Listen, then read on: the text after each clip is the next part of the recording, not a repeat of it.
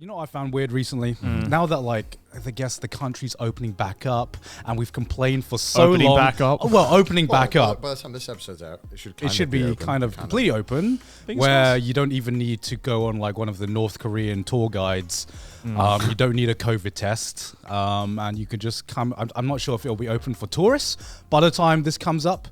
But right now, more people that we know are coming into the country. Yep. Like recently, we've obviously had the Safety Third crew come on, as you know, we've had a few of their members on our podcast. Kevin's finally gonna be able to come back as well. Yeah, but he arrives like 2 days before we all have to leave. Exactly. and I saw like a few more people on Twitter that said, "Oh, finally, just landed in Japan or coming to Japan soon." I'm like, this is so fucking weird. We've complained about this so long, and now people are actually coming in, and now I'm just like, damn, I don't really have the time to show people around anymore. I realized I offered too many people that I was showing around. I'm like, of course I'll show you around, man. Come on. And then they get here and I'm like, actually, Garn is making me record this trash taste thing, and I can't hang out. Why is Garn the instigator? It's Garn's fault. He's the leader. But like, man's throwing you under the bus. bro. I've been blaming trash Garn. You haven't been blaming Garn? I've been blaming Garn this whole time. I've just been blaming. That's a 5 minute. I've just been blaming trash taste because I'm like, well, it's like the boys, Gotta prioritize work. Sorry, guys, It's our fault. Yeah, that's the great thing about trash taste, because if it was just like your own channel, then it's on you. You choose your own schedule. But trash taste, we got a team. I don't want to let the boys down, And they're like, why don't you invite the rest of the boys? I'm like, they're busy as well. Yeah, I don't want to ask them. Push back the shooting, Yeah, but took the Safety Third people out last weekend, and do you know what I realized? After people have started coming in, where you're not gonna experience this, Joey, because you already can speak Japanese, but because people are starting to come in, everyone assumes that you're Nihongo Josie now because you've lived here. No, but you speak a little bit. That sounds like a you problem. Like I was doing a lot of speaking for, I can't remember who it was. I was doing a lot of asking a bunch of questions. When Emily first came here as well, I was talking a lot for her. Yeah. And on the first few days, and she was like, "Whoa, you're so good at this." I'm like, "No."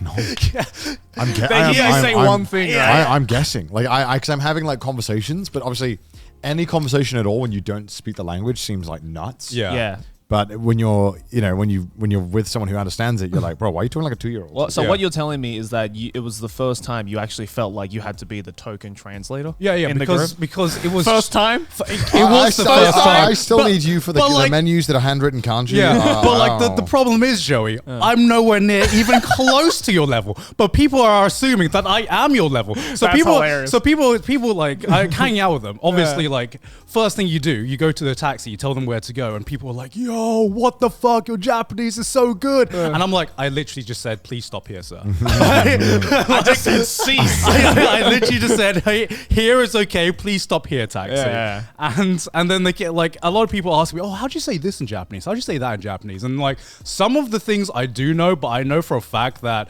there is like a Japanese way to say it, and I'm doing like the most brute force direct translation I can think of with my like baby Japanese. Yeah, do you know what it is though that I have found? It's not about like whether you have like an extensive vocab or anything like that. I feel like confidence. Oh yeah, 100%. Goes such a long way. No, because like if you confidently, without like even a shadow of a doubt, walk up to a Japanese person and just start speaking in the most broken ass Japanese ever, like me hungry food, like. But if you say it with absolute confidence, like a game face, and people see that, they're just like, damn, Nihongo Jozu, this motherfucker. Shit. I had that happen. Yeah, that was not good. But it's bad, right? Because like, sure, it might look cool to your foreigner friends who don't know a word of Japanese, but then that Japanese person will probably also feel the same way and being like, oh damn, this guy's good at Japanese. I'm just going to start speaking at a normal pace.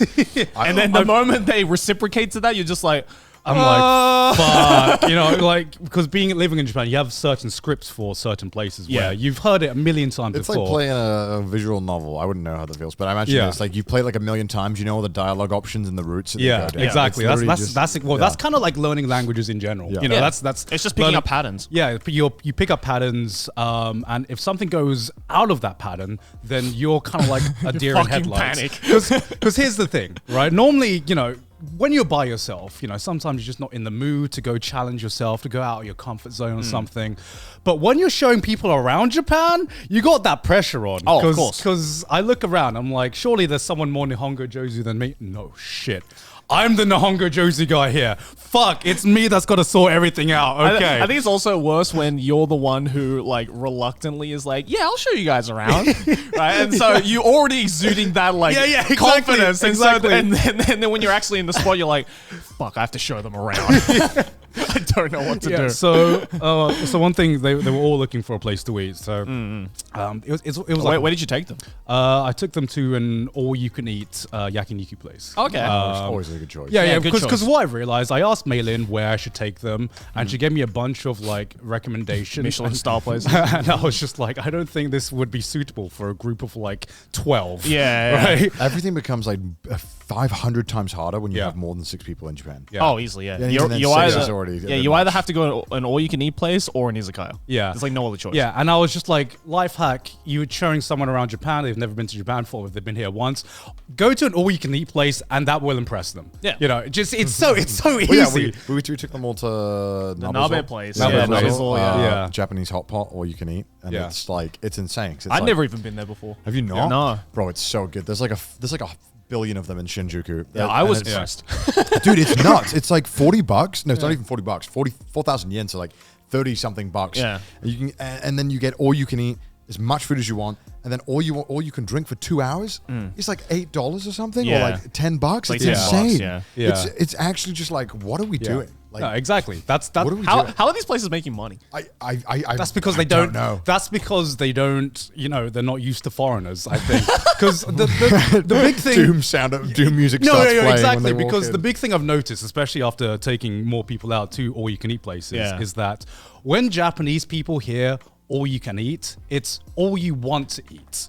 When you hear like an American, when you take we changed it to all you can eat. Yeah. When you take an American or a British person or most people in the West to an all you can eat place, it is a challenge, right? It is not a all you want to eat or all you're comfortable to eat. It is how much can my stomach expand before how quickly can I bankrupt this place to make them feel like they made the biggest mistake of their life to make something called all you can eat. That is true, actually. Like, I've been to enough buffets in Vegas now to know that seeing Americans in a buffet is like you think like the apocalypse is coming. Where they're just like, it's like, are you about to fast for 3 days? Like, why are you eating so much, bro? Like, I don't even enjoy it. Like, I get to a point where I'm like full, and I'll just push like 30% beyond that. Yeah. Just because I'm like, well, I may as well. And it's like, but no other situation would I ever order this much food. No. I would have cut it off like years ago. Yeah. Man. So like we went to this all you can eat Yakiniku place. And immediately we sit down, and I haven't like had this mindset in a while. But immediately they start asking me questions, right? Because they start asking me what the rules of the game are. Like okay, hypothetically, if we overorder by hypothetically speaking, if we overorder by 4 plates of food, will they charge us for it? And I'm like, I don't really know, because that's never really happens. But I mean, I'm sure you could play the foreigner card, and so they're like, great, that's all we need to know. They order like a shit ton of food, and like here's the thing. Normally, this all-you-can-eat Yakiniku place, they have like, it's like real coals, right? So normally, this restaurant have placed enough coals in this barbecue to last you for about the 2 hours, right? Yeah. Normally, it's like perfectly timed, so you have enough time to eat the food, and then by the time the 2 hour ends, the coals will be kind of died out, but that'll be fine because you'll be like, oh, I'll take like one more plate or something like that. Yeah. Not with these guys. So we get to like an hour and a half in, and the waiter comes over and is just like, oh, last order's in about like 5-10 minutes. Would you like to order anything else? And it's like, bet. And there's like me with like, it was like me, Sydney, Liberty, who's our content producer. There's like, the more Japanese-centric table that have common sense, acclimated with the culture.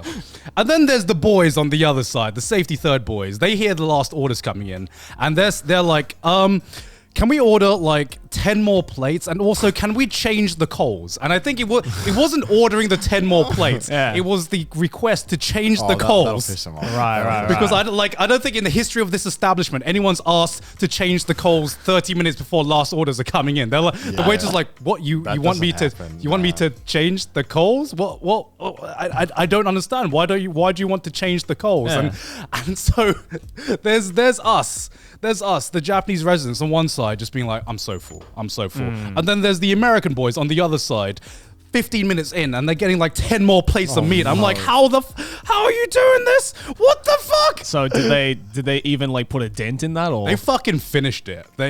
Like I said, it was a challenge. It wasn't like it was. They wanted to make a statement, right? They wanted to make a statement that this establishment was a fucking idiot, right? They love breaking the system. Yeah. They're like, if I'm not bankrupting this place, then I've done something wrong. No wonder all-you-can-eat places don't fucking last in the US.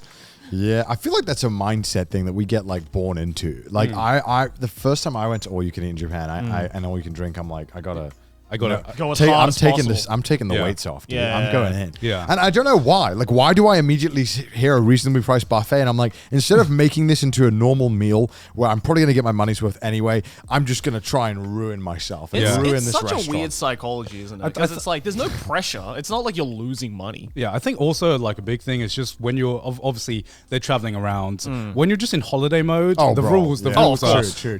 you know, holiday mode, the rules are off, you know. You're not trying to look after yourself. I'm sure it'll be the opposite if we went to the US. Yo, actually, those buffets in Vegas look insane. The buffets in Vegas I've heard they're fucked. nuts. Yeah. They're like gourmet buffets or something. Yeah, only America. Only America would they want to bastardize food that much. They're like, let's do it. Yeah, like when we went to LA, I went to so many fucking all-you-can-eat Korean barbecues because that's the one fucking thing I miss about LA, which is the Korean barbecue there is amazing, and luckily or unluckily, the rules are a bit more strict there because they have a bit more people who are, let's say, overorder. So they're like, you'd have to have those rules. Yeah, they're like, if you order like one plate over, we're gonna charge you. I've noticed that actually, not a lot of Japanese. I think I've been to like maybe one place where they like charge you if you don't finish your food that you order extra of. But like for the most part. Yeah, I think Japanese people are more sensible and being like, I'll order what I can eat. I think a lot of places as well will probably just like, if you have like one plate left over, they'll be like, all right, kind of a dick move, but all right. But obviously, you know, I'm just thinking of the situation that birthed that rule. Yeah. You know, like what person went to like an all-you-can-eat Korean barbecue and was just like, oh yeah, so you kind of just left like 40 kilograms of meat on our table, and you expect us to not charge you extra for this? They're just like, go kill the cow. Just deal with it. Fucking give me a whole cow. I went to a Yakiniku place with Chris in Saitama. Right. And I remember, like, because normally, right, obviously it's Yakiniku, right? There's coals and stuff, so there's a lot of smoke. Yes. Yeah. We go there at like 5 o'clock. It just opened, middle of nowhere in Saitama. Legit, middle of nowhere. Right.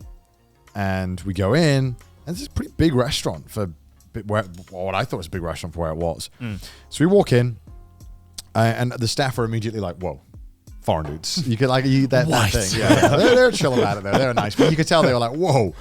And there must have been like a new guy working there. He was really, really young. Like if you'd told me he was like 15, I'd be like, I believe it. Right.